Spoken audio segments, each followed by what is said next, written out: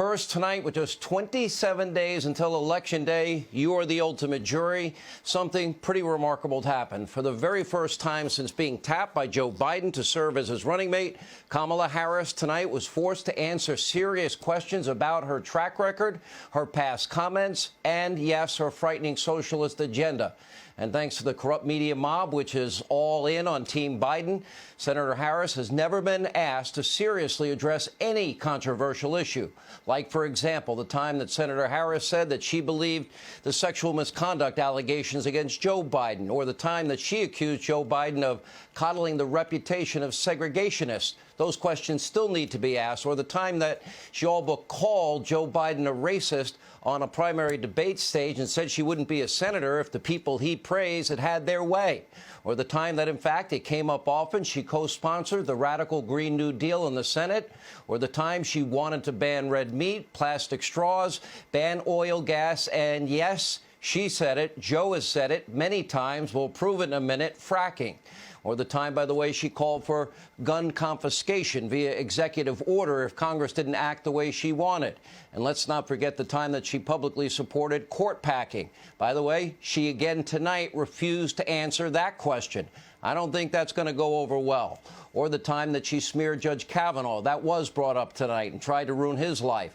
Or the time that she supported Medicare for all. Or the time that she supported taxpayer-funded health care for illegal immigrants. Or the time that she compared law enforcement to the Ku Klux Klan, in other words, ICE agents. Or the time that she supported a bail fund that got rioters and even accused child rapists out of jail, like she did in Minnesota. Or the time she praised Los Angeles for slashing the police budget, in other words, defunding the police. Senator Harris has never been held accountable for any of this. And with just 27 days to go, we got our first insight into all these questions she has never answered. That was until Vice President Mike Pence, he took matters into his own hands. And the vice president started by holding the Biden-Harris campaign responsible for plagiarizing what was the president's plan in response to COVID-19. Watch this. The reality is, when you look at the Biden plan, it reads an awful lot like what President Trump and I and our task force have been doing every step of the way. I mean, quite frankly, when I look at their plan that talks about advancing testing, creating new PPE, developing a vaccine, it looks a little bit like plagiarism, which is something Joe Biden knows a little bit about.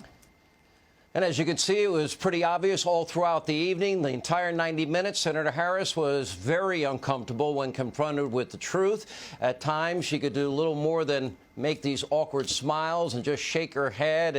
And clearly, she blatantly lied over and over again. Let's start with her lie tonight about taxes. Watch this. He says he's smart because he can take advantage of the tax code. And he does take advantage of the tax code. That's why I'm going to eliminate the Trump tax cuts. And I'm going to eliminate those tax cuts. The truth and the fact is, Joe Biden has been very clear. He will not raise taxes on anybody who makes less than $400,000 a year. He said he's going to repeal the Trump tax cuts. Mr. Vice President, I'm speaking. Well, I'm speaking. It'd be important if you said the truth. Joe Biden said twice in the debate last week that he's going to repeal the Trump tax cuts. That was tax cuts that gave the average working family $2,000 in a tax break every single year. Senator, that is that's the math. I guess the media mob will try and protect both Joe Biden and Kamala Harris, but she was caught outright lying through her teeth about the issue of fracking, and we've got all the video evidence. Take a look. I am not banning fracking. Let me say that again. I am not banning fracking. No new fracking. Would there be any place for fossil fuels, including coal and fracking, in a Biden administration? No, we would work it out. We would make sure it's eliminated and no more subsidies for either one of those. So, first of all, I will repeat, and the American people know, that Joe Biden will not ban fracking. That is a fact. Will you commit to implementing a federal ban on fracking your first day in office, adding the United States to the list of countries who have banned this devastating practice? There's no question I'm in favor of banning fracking. So, yeah. I'm in favor of banning fracking. Joe Biden, I'll eliminate fracking. They said it. Now, both Joe Biden and Kamala Harris are on record denying their own words. And by the way, following those remarks, Ocasio-Cortez, well, she sent a very stern reminder to Kamala Harris on Twitter, writing, "Fracking is bad, actually." And meanwhile, when Senator Harris was finally forced to answer for Biden's cozy relationship with China, Harris tried to dodge that question. Take a look at this. Joe, I think he said it quite well. He says, you know, foreign policy, it might sound complicated, but really it's relationships. So just think about it as relationships. And so we know this in our personal and professional relationships. You got to keep your word to your friends. Got to be loyal to your friends. People who've stood with you, got to stand with them. You got to know who your adversaries are and keep them in check.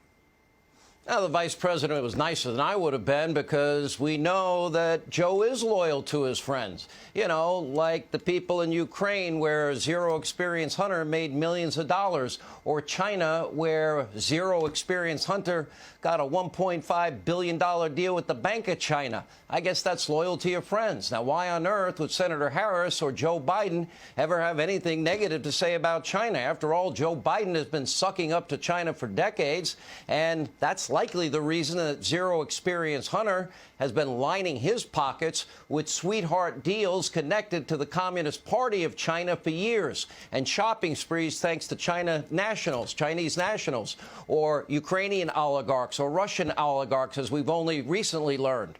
And according to that U.S. Senate report that was put out by Charles Grassley and Senator Johnson, Hunter Biden actually opened a joint bank account with a Chinese national. Guess why? To fund a $100,000 shopping spree for members of Hunter's family. He also reportedly scored lucrative multi-million-dollar business deals with foreign nationals associated with China's Communist Party and also China's military. And during the Obama administration, State Department officials, they were openly worried that Hunter's problematic activities and business dealings create serious counterintelligence and extortion concerns. Maybe, I don't know, I'm just guessing, maybe that's why for the first part of, let's see, through January, the end of January, when the president put the travel ban in effect 10 days after the first identified case of corona in America, Joe Biden called it xenophobic and hysterical and also fear-mongering. Why? Maybe he wanted more deals for Hunter. But tonight, by far the most cringeworthy, disturbing moment of the debate came when Kamala Harris did everything she could do not to answer whether or not she or Joe Biden support packing the U.S. Supreme Court, something that hasn't happened in over 150 years. We've always had 9 members on the court. Well, apparently there's a reason they won't answer. Take a look at this. Thank you, And Senator the Harris. people, Susan, are voting right now. They'd like to know if you and Joe Biden are going to pack the Supreme Court if you don't get your way in this nomination. Let's talk about packing. You once Come again on. gave a non-answer. Joe Biden gave a non-answer. Trying to answer you the now. American people deserve a straight answer. And if you haven't figured it out yet, the straight answer is they are going to pack the Supreme Court if they somehow win this election. This is beyond a serious topic. Why? Because we have co-equal branches of government. We have checks and balances, and whether or not all 3 co-equal branches of government will survive a potential Biden-Harris administration. And Senator Harris thinks that she can just punt? Well, that's pretty unconscionable. What would that mean? That would mean, well, radical justices on the U.S. Supreme Court in what, perpetuity? They're going to put 11 on the court, 13 on the court? How about go for a nice even 18? That would be pretty repulsive, because what people can't get done legislatively or can't get done at the ballot box by convincing the American people, they would hope activist justices do from the Supreme Court. The American people deserve an answer. And given, by the way, her dodgy remarks, you better believe that that certainly is on the table. And by the way, just like getting rid of the legislative filibuster and pushing for statehood for Puerto Rico and D.C. if they get elected, more questions they need to answer. Because if elected, that would mean a Democratic majority in the U.S. Senate, probably in perpetuity. That means this would be the most radical, destructive administration in American history, and they don't want to 27 days outside of an election be honest and forthright and transparent with the American people. If you do care about constitutional order, if you care about co-equal branches of government, if you care about checks and balances, if you care about something called the Bill of Rights, your freedoms, your pursuit of happiness, Well, vote like your country depends on it, because apparently it does in 27 days.